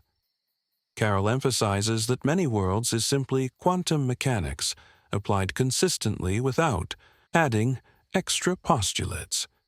Other interpretations require modifying or supplementing the basic quantum formalism with collapse mechanisms, hidden variables, or other additions. Many worlds is quantum mechanics, full stop. Carroll also addresses the common objection that many worlds is unscientific because we can't test it directly. He points out that we can't directly test claims about the interior of black holes or the universe's state before the cosmic microwave background either. But we accept theoretical physics conclusions in these domains based on how well theories fit available evidence and their consistency with established principles. Many worlds should be evaluated using the same criteria. Does it fit all the experimental data? Yes. Is it mathematically consistent? Yes. Does it require fewer assumptions than alternatives? Yes. By standard scientific criteria, many worlds deserves serious consideration regardless of whether we can visit other branches. Max Tegmark at MIT has developed an elaborate classification of different types of multiverses, of which many worlds' quantum branching is one level. His Level 1 multiverse consists of distant regions beyond our cosmic horizon, where different events occurred by chance. Level 2 includes pocket universes, created by eternal inflation, with potentially different physical constants. Level 3 is the many worlds quantum multiverse, where reality branches based on quantum events. Level 4 would be the mathematical multiverse containing all mathematically consistent structures. Tegmark argues these levels are increasingly well established, with Level 3 quantum branching having the strongest theoretical foundation because it follows directly from well-tested quantum mechanics. The relationship between many worlds and Everett's original relative state formulation has been clarified through decades of technical work.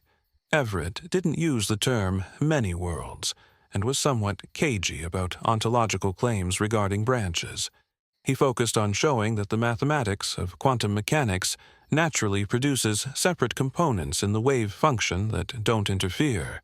Whether these components represent separate worlds or merely separate mathematical terms was left somewhat ambiguous.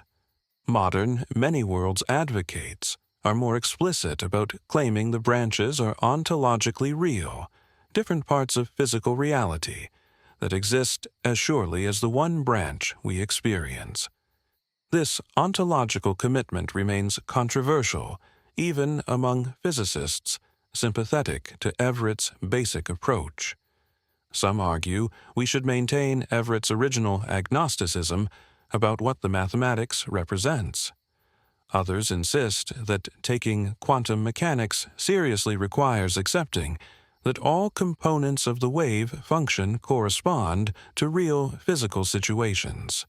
This debate mirrors broader philosophical questions about scientific realism. Should we believe our best theories describe reality as it actually is, or should we treat theories merely as useful tools for predicting observations? The pilot wave interpretation, also called de Broglie-Bohm theory, provides an interesting comparison case. This interpretation, developed by Louis de Broglie in the 1920s and elaborated by David Bohm in the 1950s, adds hidden variables to quantum mechanics. Particles have definite positions and momenta at all times, not just when measured. The wave function guides their motion but isn't the complete reality. This interpretation is deterministic, agrees with all quantum predictions, and avoids many conceptual problems of Copenhagen. But it requires adding extra mathematical structure beyond what appears in standard quantum mechanics, and it has subtleties regarding relativity and how the hidden variables behave. Many worlds advocates argue their interpretation is more parsimonious than pilot wave theory because it doesn't add hidden variables or guiding equations. It simply takes the wave function as the complete description of reality and interprets the components literally. Pilot wave advocates counter that their interpretation is more parsimonious ontologically because it posits one world with definite particle positions, rather than countless branches. The debate illustrates how different parsimony principles can favor different interpretations.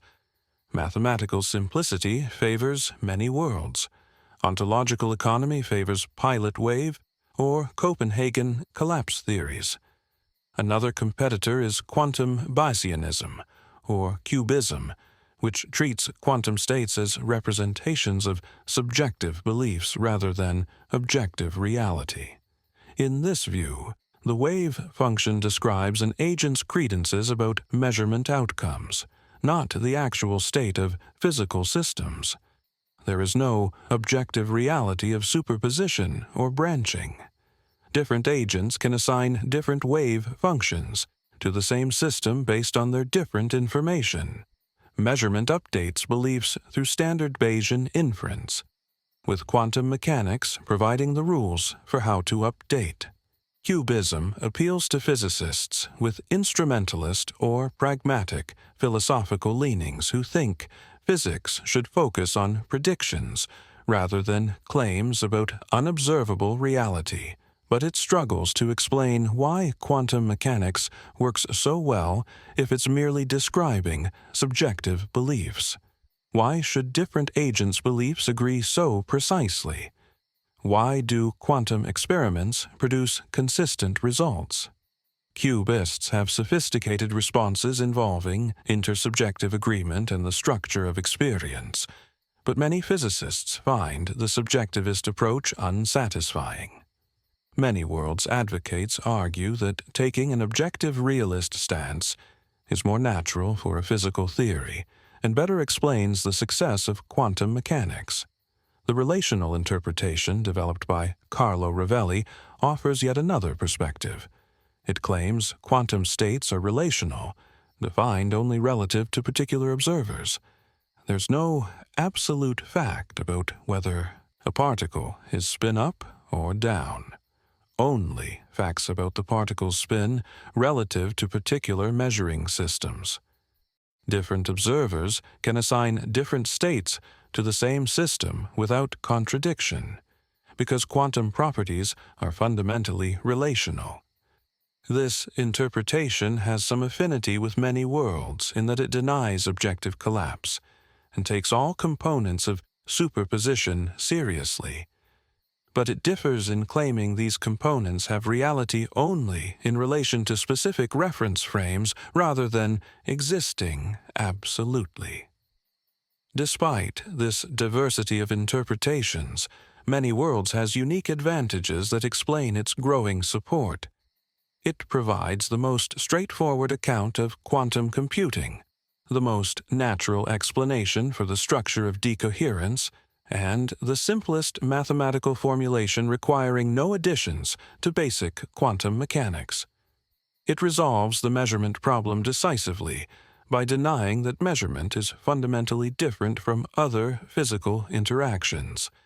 And it unifies quantum and classical physics by showing how classical behavior emerges from quantum substrate through decoherence rather than requiring separate classical and quantum domains. The interpretation also connects productively with other areas of theoretical physics. In quantum cosmology, many worlds provides a natural framework for discussing the wave function of the universe. If the universe as a whole is a quantum system, what does its wave function mean? Who measures it? Copenhagen interpretation has no good answer because there's no external observer to collapse the universal wave function. Many worlds avoids this problem because the universal wave function never collapses. It evolves according to the Wheeler-DeWitt equation, and the branching structure contains all possible cosmic histories. String theory and quantum gravity research also engage with many worlds concepts.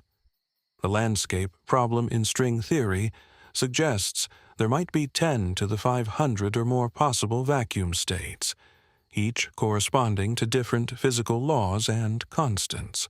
Which vacuum describes our universe? One approach combines this landscape with eternal inflation and many worlds. Different regions of the multiverse settle into different vacua, and within each region quantum branching creates further proliferation. This produces an almost incomprehensibly vast structure of possibilities, but it might be exactly what fundamental physics requires. The AID-S-CFT correspondence, a central conjecture in quantum gravity relating space-time geometry to quantum field theories, has been interpreted through many worlds' lenses. If space-time emerges from quantum entanglement structure, and entanglement creates branching, then the geometry of space-time itself might reflect the branching structure of many worlds. This suggests deep connections between quantum foundations and quantum gravity that researchers are only beginning to explore. Experimental proposals for testing many worlds, or at least distinguishing it from some alternatives, continue to be developed. One suggestion involves using quantum computers to prepare states that would be impossibly complex to produce if Copenhagen collapse occurred, but natural if many worlds branching preserves all computational paths. Another proposal looks for signatures of branch interference in cosmological observations, though the extreme decoherence in cosmic settings makes this challenging. Some researchers are exploring whether consciousness or observation plays any measurable role in quantum mechanics, which would count against pure many worlds and favor interpretations giving observers special status. The sociology of physics also influences interpretation, acceptance. Many working physicists were trained to avoid foundational questions and focus on calculations and applications. Shut up and calculate remains the dominant attitude in most physics departments, but younger physicists increasingly take foundations seriously, partly due to quantum information theory showing that foundational questions have practical implications.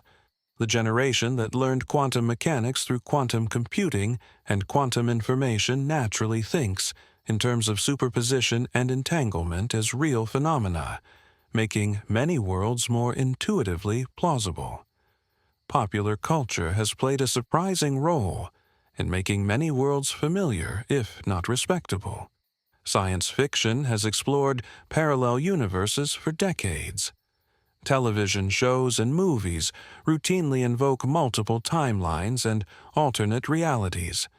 While these fictional portrayals often get the physics wrong, They've created widespread public awareness of the concept.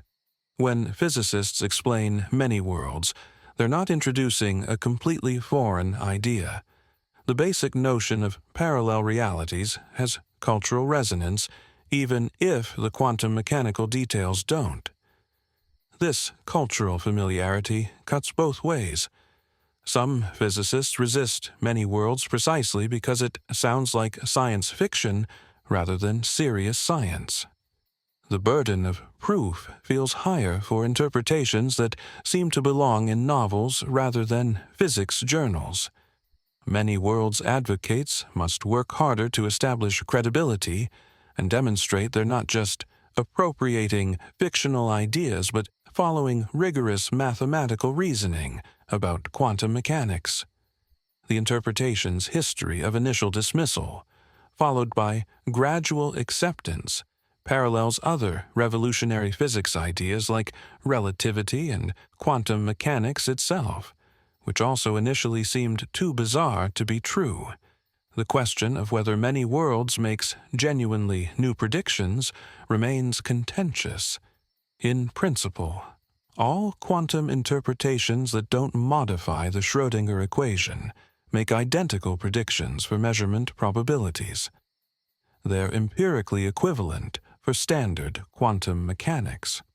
But some researchers argue many worlds makes distinctive predictions in extreme or limiting cases.